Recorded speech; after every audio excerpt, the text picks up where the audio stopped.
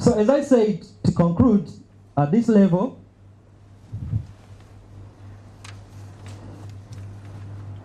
this is how you compete. And I think what you're doing, you're on the right track, where you have started looking into how you differentiate yourself, differentiate your value offering to the target market.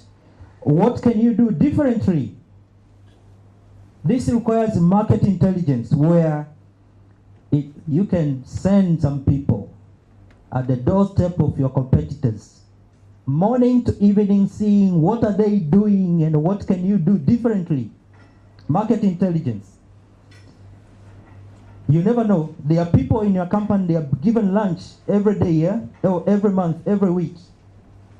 Just to say, what is it that you are doing so that they can do it differently to beat your competition. That's market intelligence.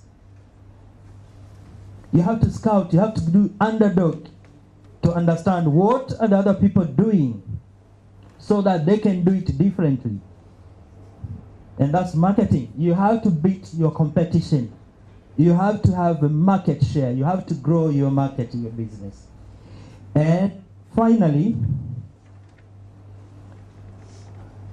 as I said, how many are you in your company? How big is your company? Because what you see outside there happening in the marketplace for companies is driven from inside. Banks know about the back office. It's different from the front office. What you see from the front office is a reflection of what is happening at the back office. When you see a movie on the theater, there's a lot of work which has gone into at the back end. You understand? Now, that is where we say it's an operating strategy. What is it that you are doing with the people? The structure of the organization, the process, procedure, policies, the technology. This is, at the end, the driver, which is driving what is happening in the marketplace. Now, some of this is because, do we have the right kind of people in our organization? What are their knowledge? Is it that we just recruited some people, they come with a note to the HR? I've been given this by so, I've been given by this so, I've been given this note by so. You employ this kind of people. Are these kind of people going to drive your market share? Are these people going to drive your business? Or you're just employing people who are going just to defeat your business? That's a self-defeat.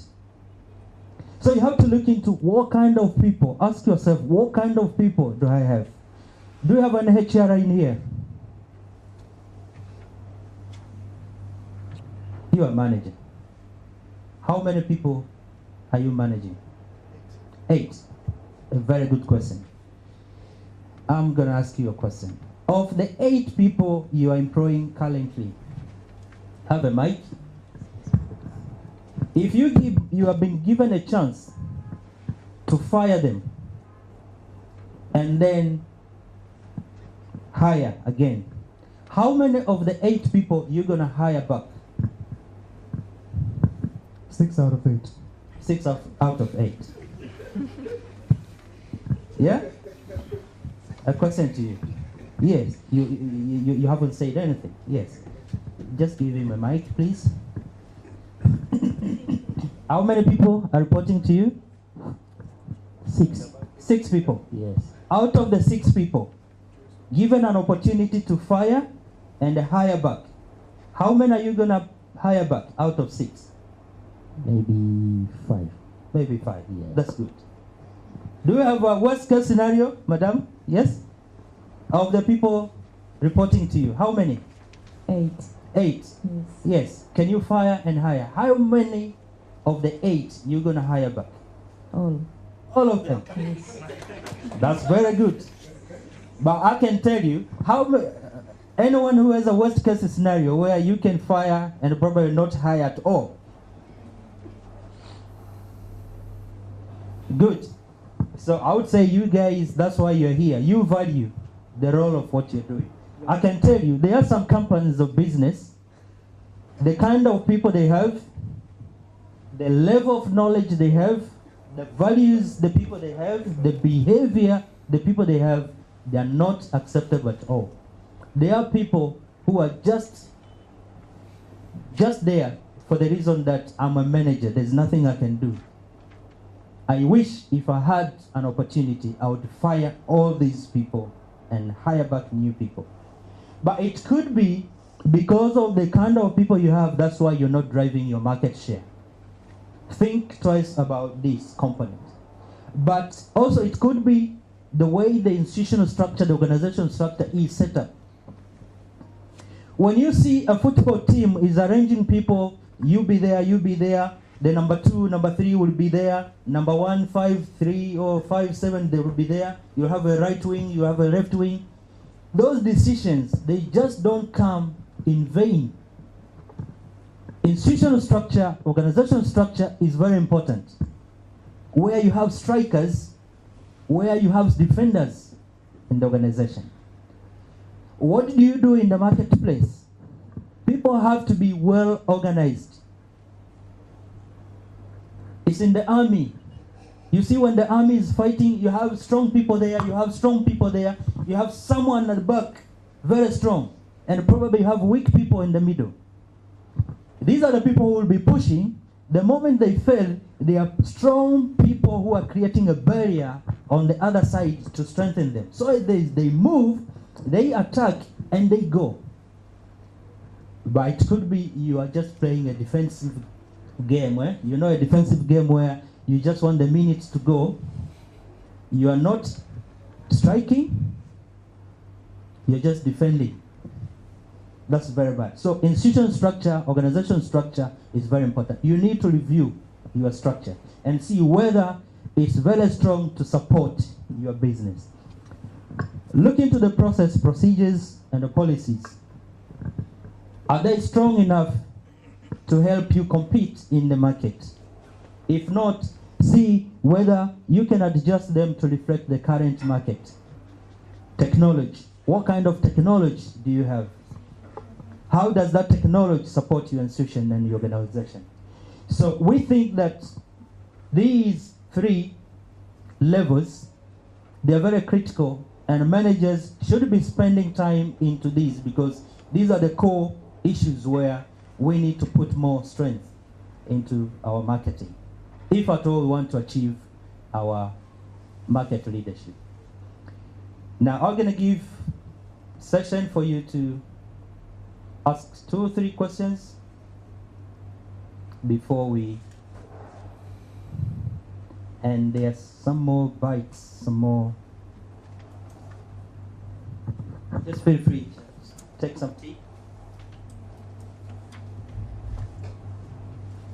And also you can discuss on your table if there are questions that you would want to raise, so that we can pick up, just discuss.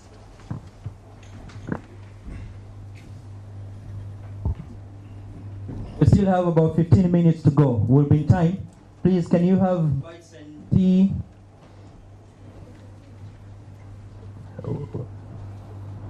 Just feel free, just feel free. Please, can you? There's more tea emojis and fruits there.